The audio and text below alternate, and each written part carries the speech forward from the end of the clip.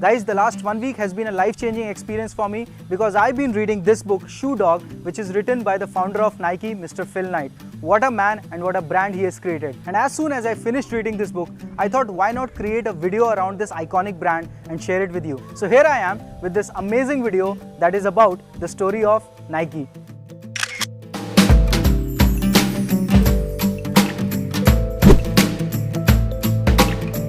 What's up guys, my name is Amit Pandey. I'm an entrepreneur and a sneakerhead and I've been studying about shoes for the last 15 years now. Welcome to this channel Smart Kicks, and this channel is all about shoes.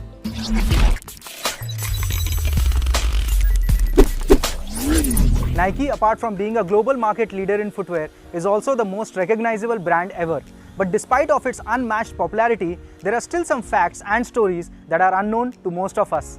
A lot of you would be surprised to know that Nike wasn't Nike when it all started. In fact, the founder of Nike, Phil Knight, who was an athlete at the University of Oregon, began his career in the footwear industry as a shoe trader. In the quest to offer better quality shoes for athletes around him, he visited Japan a couple of times to find and establish contact with Onitsuka Tiger so that he could import good quality athletic shoes from Japan to the US. Phil named his company in 1964 as Blue Ribbon Sports, and this company achieved incredible heights from 1964 to 1971. In the first year itself, BRS sold 1,300 pairs of Japanese Onitsuka shoes and clocked a profit of $8,000. That was a lot of money during those times. In 1971, this shoe business changed forever for Phil Knight and his coach and partner Bill Bowerman. The relationship between Blue Ribbon Sports and Onitsuka Tiger came to an end, and BRS decided to launch its line of footwear. It was during this time when they thought to do a rebranding. Phil pushed for Dimension 6 or Falcon as the new name of his company. However, he had to decide in a haste and had to settle for Nike because the name was suggested by the majority of his important colleagues. The brand derives its name from the Greek goddess of victory, Nike. Talking about Nike, it is important to highlight how swoosh came into existence. The swoosh trademark, that is the most sensational mark across the world, was created in 1971 by Caroline Davidson. She was a graphic student at Portland State University.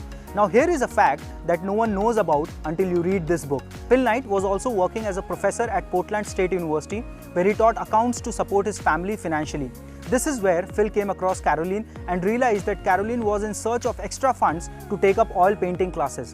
They teamed up and Caroline created this swoosh trademark for Phil's company. It's worth mentioning here that she was paid only $35 in 1971 for designing this most famous mark in the world today. Sounds very inadequate, right?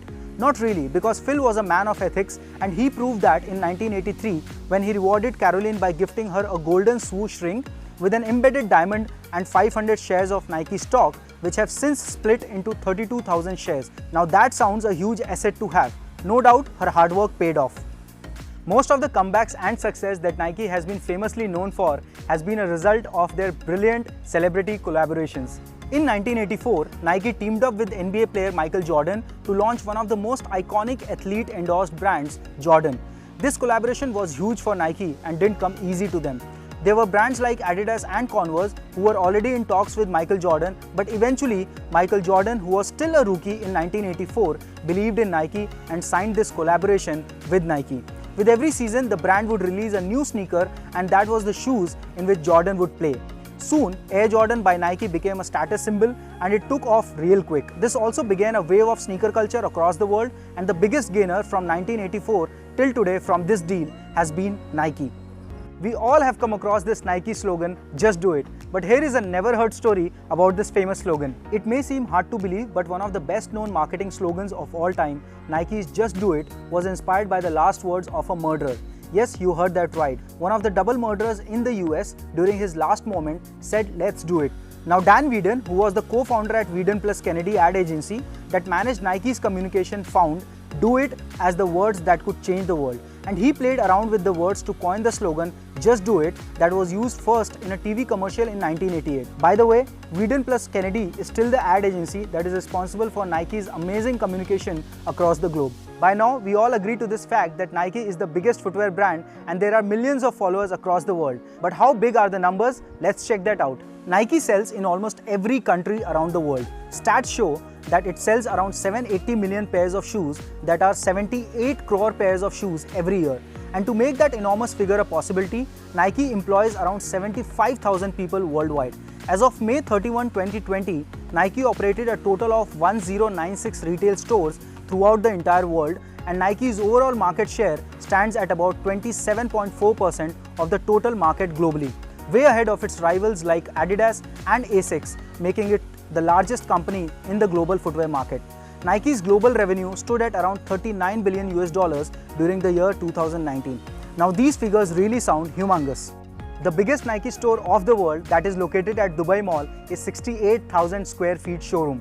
The Dubai Nike Town includes a running section in which you can conduct a run analysis to ensure that you end up buying the best shoes for yourself. Special events such as athlete talks as well as popular running and training club features in Nike Town Dubai. Also, there is a facility to custom design your own personalized and unique footwear in the ID space with Nike staff is available there. Nike isn't a one brand story. In fact, this growing sports giant owns other famous brands like Jordan, Cole Haan, Converse, Hurley, Nike Golf and Umbro. It's still growing rapidly even after 50 years of its existence. The latest acquisition by Nike was TraceMe in October 2019, aimed at supplementing the company's content strategy on Nike-owned platforms. TraceMe is a Seattle-based startup that is backed by Jeff Bezos. One of the most productive strategies by Nike to become such a successful brand today is its collaborations and sponsorship deals with artists and athletes. That's how they acquire and influence the market. There must be a very rare scenario wherein a renowned athlete isn't recognized by Nike. To enlighten you guys about the largest sponsorship deals by Nike is the lifetime endorsement deal that is set to exceed $1 billion with Cristiano Ronaldo, making him arguably the richest of all Nike sponsored athletes. In India, Nike has joined forces with the Board of Control for Cricket in India in December 2005 as a kit sponsorer, and their association stands for a value of approximately Rs 370 crores. Nike is known for its breakthrough technology in running shoes and creating a benchmark for top quality footwear to athletes. But just like any other brand, Nike too had to face tough times. The World Athletics Governing Body and other running governing bodies believed that the latest running shoes by Nike Vaporfly, worn by marathon record holder Eliud Kipchoge, crossed the limits of fair use of running shoes and offered excessive enhanced performance to the athletes.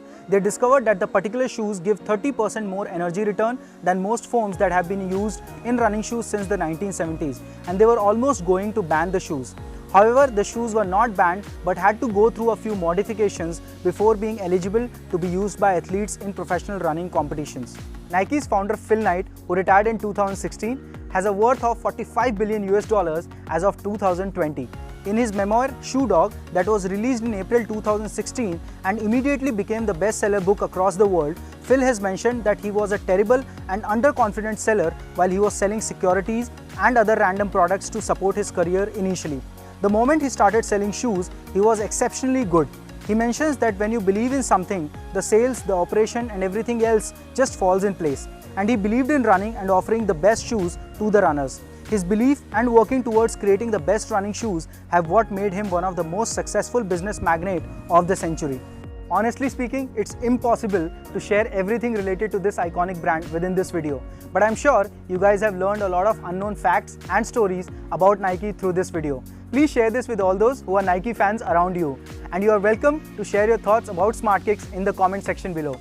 Thank you so much guys for watching this video, and don't forget to subscribe to our channel before you go away. I'll see you very soon in our upcoming video.